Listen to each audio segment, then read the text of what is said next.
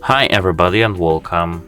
Today I have JBL Tune 225 headphones and I'm going to show you how to pair them with your MacBook. To do such a thing, at first you have to go to your Bluetooth settings as it's here, and now you have to remove your headphones from your case. Now you have to go into pairing mode with them. To go into pairing mode with them, you just have to hold your finger on this button, right button. After some time, you will see your headphones in nearby devices.